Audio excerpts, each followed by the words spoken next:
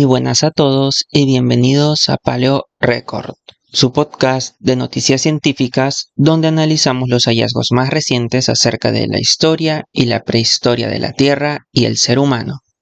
No olviden darle like y suscribirse, así me ayudan a seguir avanzando con este proyecto.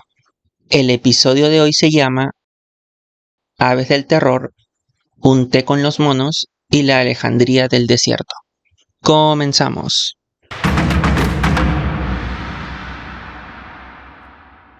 Comenzaré este episodio haciéndoles una pregunta muy extraña. ¿Irían a un té o a un brunch con un mono? Pregunto esto porque estoy a punto de presentarles una de las noticias más extrañas que van a escuchar en este podcast. Evidencia de la representación de objetos imaginarios por Kanzi, un bonobo entrenado en lenguaje. Este fascinante reporte fue publicado en la revista Science por Amalia Bastos y Christopher Krupenje. Las representaciones secundarias o representaciones de objetos imaginarios son una parte importante de la infancia de cualquier niño. ¿Quién de niño no ha jugado a que un palo era una espada o a que un vaso vacío tenía té? Estudios indican que esta capacidad de imaginación puede evidenciarse incluso desde los 15 meses de edad. Esta capacidad es la base para formar ciertas habilidades aparentemente únicas en la especie humana, entre las cuales se encuentran el razonamiento entre dos posibilidades mutuamente exclusivas, la simulación de futuros posibles, hacer inferencias causales y hasta entender el pensamiento de los demás. Antes de la publicación de este trabajo no se tenía ningún estudio experimental de representación secundaria en animales. Solo habían anécdotas registradas en chimpancés.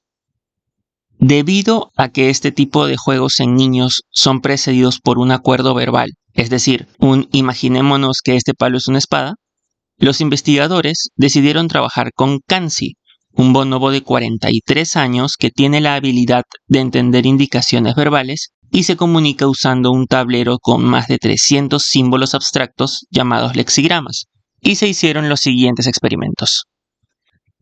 Kanzi vio cómo servían jugo invisible en dos vasos vacíos. Luego, cómo devolvían el contenido de uno de ellos a la jarra. Cuando le preguntaron dónde estaba el jugo, Kanzi señaló el vaso que técnicamente seguía lleno de jugo imaginario. No eligió al azar, estaba rastreando algo que no existía físicamente. Para saber si Kanzi creía que el juego era real, se hizo un segundo experimento. Le dieron a elegir entre un vaso con jugo de verdad y uno con jugo imaginario. Kanzi eligió casi siempre el jugo real. Esto demuestra que sabe perfectamente la diferencia entre la realidad y el juego. Repitieron el primer experimento, pero con uvas imaginarias. Kanzi volvió a ganar el juego, demostrando que su capacidad de imaginar objetos y seguirles el rastro no era una casualidad, sino una habilidad cognitiva compleja similar a la de un niño humano. Este experimento sugiere que la capacidad de imaginación no es exclusiva de los seres humanos. Los investigadores se aseguraron de que Kanzi no respondiera por repetición o por seguir la mano del investigador, llegando así a la conclusión de que Kanzi es verdaderamente capaz de hacer representaciones secundarias. Aún existe debate debido a que Kanzi es un bonobo enculturado, es decir, que ha aprendido con los humanos, y es posible que esto le haya dado una ventaja sobre sus congéneres en espacios naturales. Es una posibilidad que no se debe obviar. Sin embargo, este estudio tiene una conclusión evolutiva importante. Si nosotros y los bonobos tenemos el potencial de imaginar, es probable que nuestro último antepasado común, que vivió hace entre 6 y 9 millones de años, también haya tenido esta capacidad de crear mundos imaginarios y desconectarse de la realidad. Lo cual hace que me pregunte, ¿qué tan humanos éramos antes de salir del bosque? Seguimos el episodio con un estudio que analiza cómo eran los huesos de los animales dominantes del Triásico. No hablo de los dinosaurios. Hablo de los pseudozúquios. cerrando la brecha en los patrones de crecimiento de los pseudozúquios a través de la osteohistología de Dinamusucus colicensis. Este revolucionario trabajo viene por parte de Brodsky, Farias y colaboradores para la revista de la Royal Society. Contexto para entenderlo sin pretexto. Los pseudozúquios son básicamente el club de los cocodrilos. Aquí incluimos a los cocodrilos actuales y a todos sus parientes extintos. En este episodio nos vamos a centrar en los parientes extintos. Este grupo dominó el mundo poco después de la extinción del Pérmico-Triásico, llamada la Gran Mortandad, un evento aún más destructivo que el asteroide que extinguió a los dinosaurios. En el mundo postapocalíptico del Triásico temprano, los pseudozúquios resultaron tener las adaptaciones necesarias para prosperar en un ambiente que recién se comenzaba a recuperar. Por tanto, se diversificaron en varias formas y tamaños. Uno de los primeros subgrupos de pseudozúquios en aparecer fue el grupo de los ornitozúquidos. Como su nombre indica, los ornitozúquidos eran cocodrilos que se parecían bastante a las aves, una combinación muy extraña. Para hacerlo más sencillo de entender, imagínense un velociraptor con cabeza de cocodrilo. Así de raros se veían estos bichos. Y sí, algunos andaban en dos patas. La clave estaba en una adaptación en el tobillo que les permitía este truco. A pesar de ser tan extraños, este grupo no ha sido tan estudiado como otros grupos de pseudozúquios.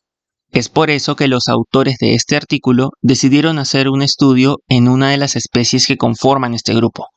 El elegido fue Dinamusucus colicensis, un ornitozúquio del Triásico tardío, del sur de Brasil.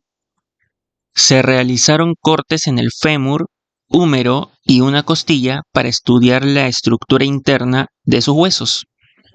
Y así no solo describir las características de estos, sino también los patrones de crecimiento de este misterioso animal. Se sabe que los pseudozúquios en general tienen un proceso de crecimiento relativamente rápido, con una alta tasa de formación de hueso hasta llegar a la madurez reproductiva, posterior a la cual el crecimiento se ralentiza, pero no se detiene por completo. Se concluyó que el individuo estudiado era todavía un espécimen juvenil, no había alcanzado ni su tamaño máximo ni la madurez para reproducirse. Aún así, alcanzaba casi los 2 metros de largo y, para el ecosistema en el que vivió, ya habría sido el depredador más grande del lugar. Ahora imagínense, si un juvenil llegaba a los 2 metros de largo, ¿cómo habría sido un adulto completamente desarrollado? Preguntas que no nos dejan dormir.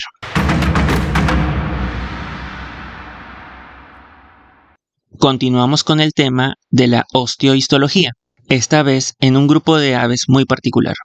¿Se imaginan aves de casi 2,80 metros de alto, carnívoras y que crezcan a una velocidad explosiva? Antes de darles más información, comencemos con lo básico. Aves del terror es el término que se utiliza para designar coloquialmente a las aves de la familia Forusrhacidae. Esta familia de aves se caracterizó por alcanzar un tamaño imponente y por llevar un estilo de vida depredador. Durante casi 40 millones de años dominaron como los depredadores apex de los ecosistemas de Sudamérica y, con el surgimiento del Istmo de Panamá, migraron hacia Norteamérica para continuar su reinado del terror hasta el inicio de la Edad de Hielo. Es decir, los humanos se libraron por poco de volverse alimento de aves gigantes. A pesar de ser un grupo fascinante, todavía existen muchos vacíos en el conocimiento relacionado a su fisiología, dinámicas de crecimiento e historia de vida. Y es por eso que surge este nuevo estudio. Osteohistología de 2 forusrhácidos revela una estrategia de crecimiento ininterrumpido.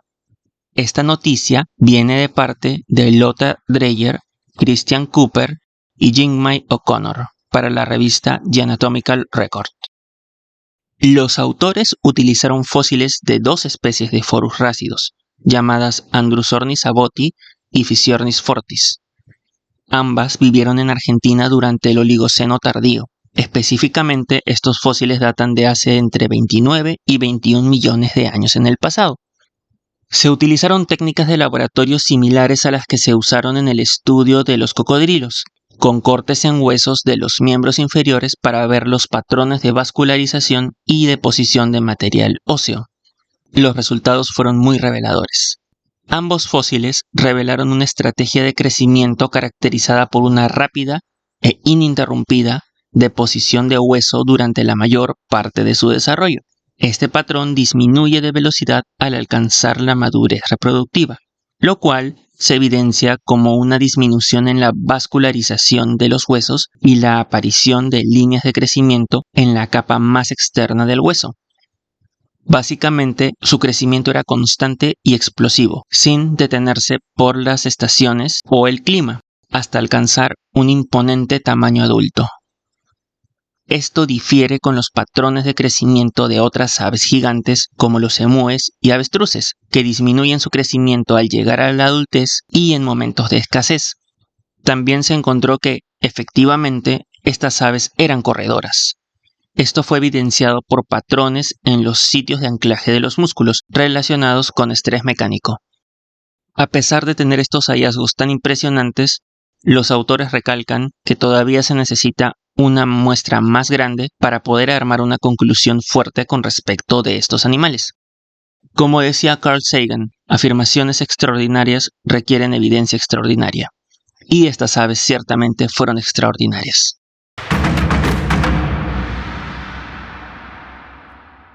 Voy a decir algo que seguro va a hacer enojar a muchas personas. Los humanos no estamos naturalmente hechos para el frío. A partir de los 13 grados centígrados comenzamos a tiritar, y expuestos a temperaturas de 1 grado bajo cero por más de una hora, sufrimos de hipotermia.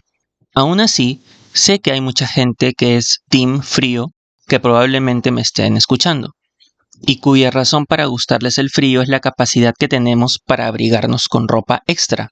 Y esa es una de las adaptaciones que nos hicieron una especie global. Ese es el tema de nuestra siguiente noticia.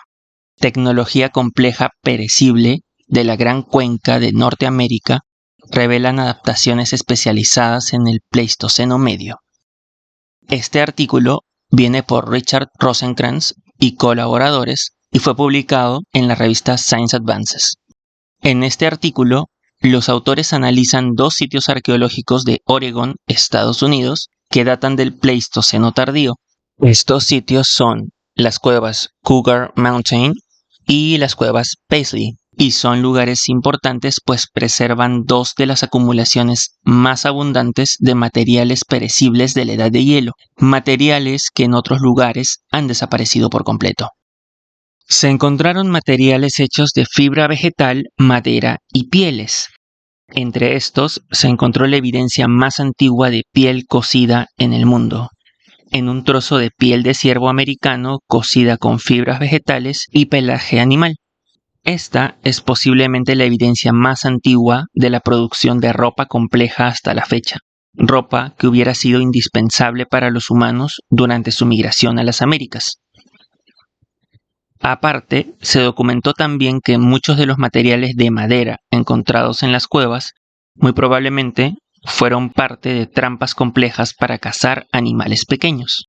Se encontraron también varios ejemplos de fibras vegetales cosidas entre sí, agujas de hueso, arpones de hueso y hasta cuentas hechas de hueso posiblemente para ornamentación personal.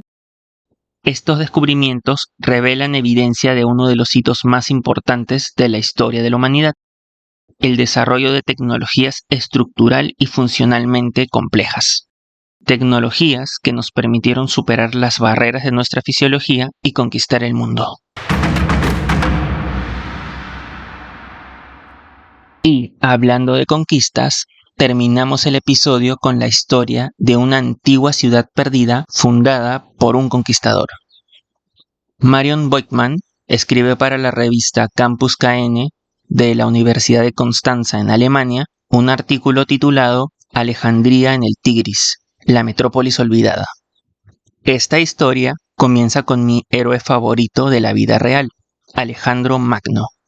En el siglo IV a.C., después de su regreso a Mesopotamia desde el Valle del Indo, Alejandro utilizó el sistema de ríos de la región para ir desde la ciudad de Susa, capital del nuevo imperio macedónico, hasta la antigua ciudad de Babilonia.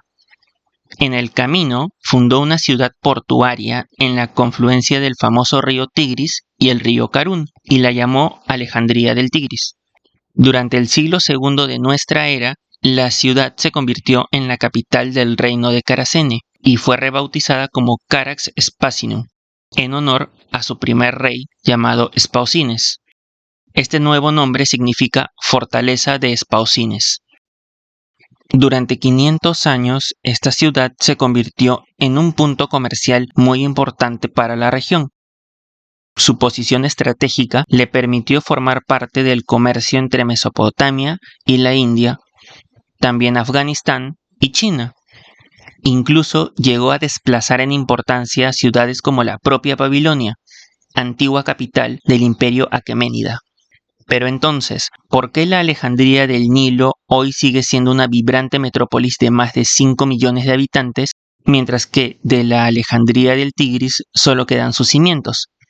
La palabra clave aquí es sedimentación. Durante los 500 años en que esta ciudad funcionó, el río Tigris se movió lentamente hacia el oeste debido al proceso natural de deposición de los sedimentos suspendidos en sus aguas. De hecho, la tasa de sedimentación de esta región es tan bárbara que en 400 años la ciudad pasó de estar a solo 2 kilómetros del Golfo Pérsico a localizarse a 140 kilómetros lejos de la costa. Al perder el río, la ciudad fue abandonada alrededor del siglo III de nuestra era y quedó a merced de las arenas del desierto. ¿Cómo se descubrió esta ciudad perdida? En los años 60, John Huntsman realizó su tesis doctoral utilizando fotos aéreas del lugar y descubrió que habían estructuras similares a muros por varios kilómetros en la zona, en una zona que hoy le pertenece a Irak.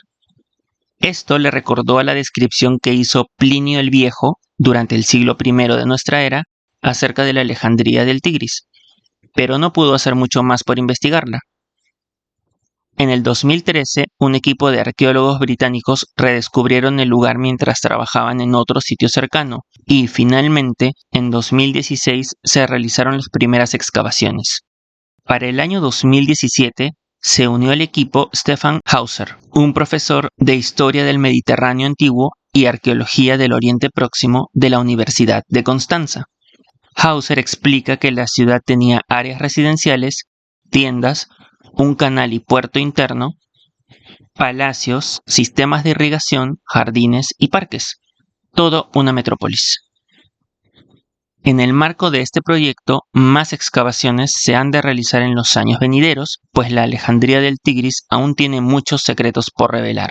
Y hasta aquí la ronda de noticias de esta semana. Si les gustó, denle like, compartan y suscríbanse.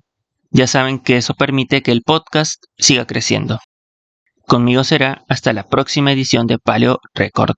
Hasta el próximo martes.